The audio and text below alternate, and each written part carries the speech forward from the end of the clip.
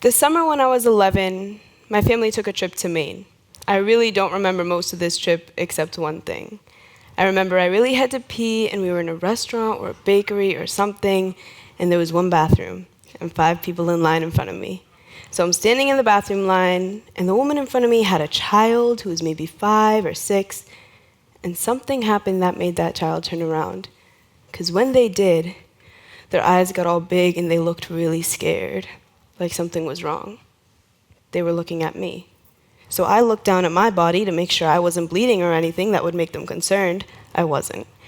And so I smiled at them, but they continued to stare. And if you're used to staring, you know that it lasts about a minute until the person feels guilty or they make their assumptions about you, and then they move on. So I decided I just wouldn't look at her.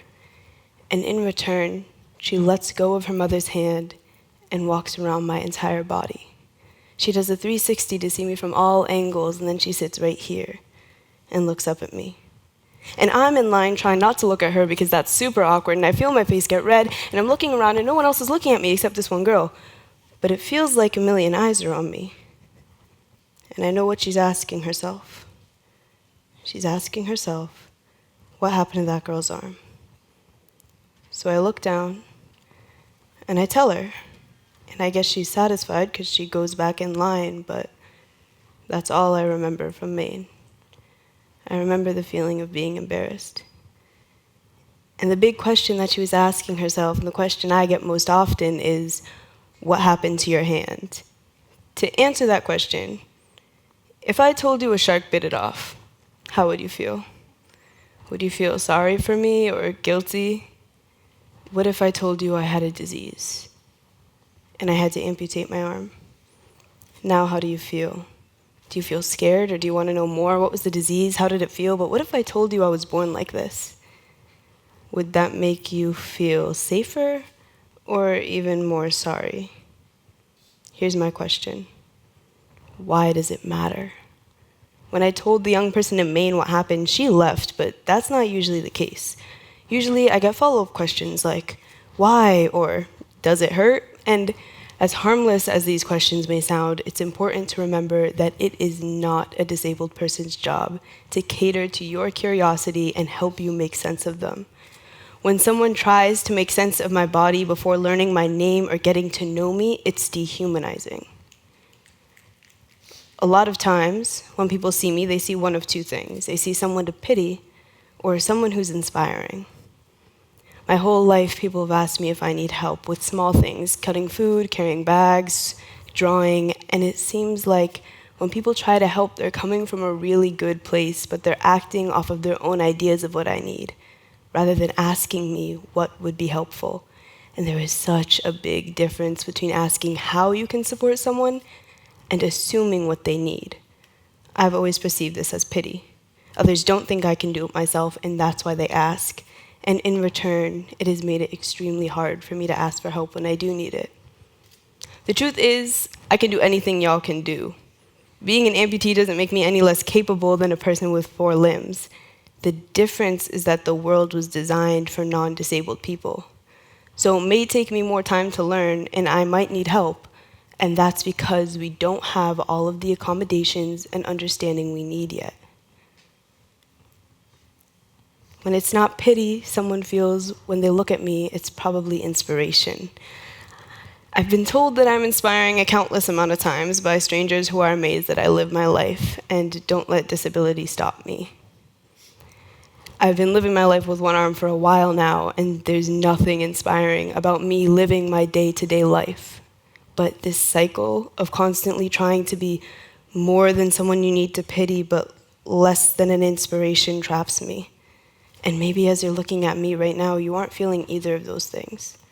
But next time you see someone with a disability, recognize what you're feeling. Most likely you know someone with a disability, even if you aren't aware of it yet. But it shouldn't take knowing someone personally to learn more about this topic. A lot of our internalized thoughts about people come from society and what we're taught, and although we were taught this unconsciously, it's up to each one of us to intentionally unlearn it. There are some other things y'all need to do to be good allies to disabled people, like following the leadership of a disabled person and treating other people the way they want to be treated. rather than the way that you want to be treated. After knowing me for a while, a lot of people will say that it's not a big deal, and I agree. The truth for me is that being disabled is an honor, and something that I'm proud of.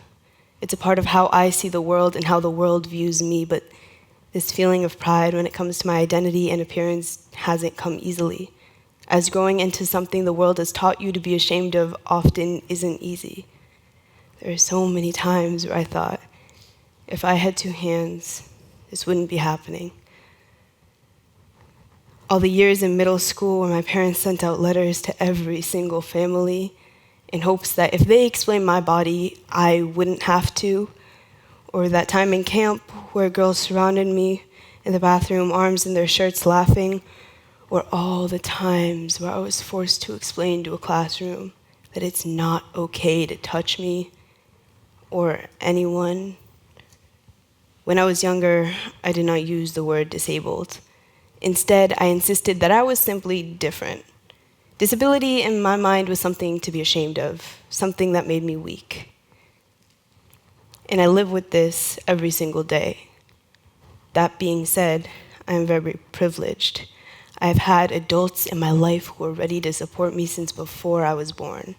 I've had amputees to look up to and the ability and opportunity to go to amputee camps and retreats where I was surrounded by people who looked like me.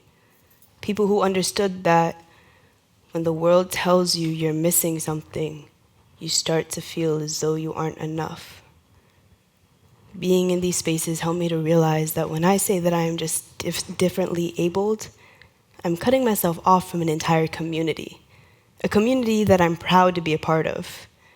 And of course, every single person has their own relationship with this word, and claiming that identity means different things depending on who you are. Being disabled for me has meant getting used to stares.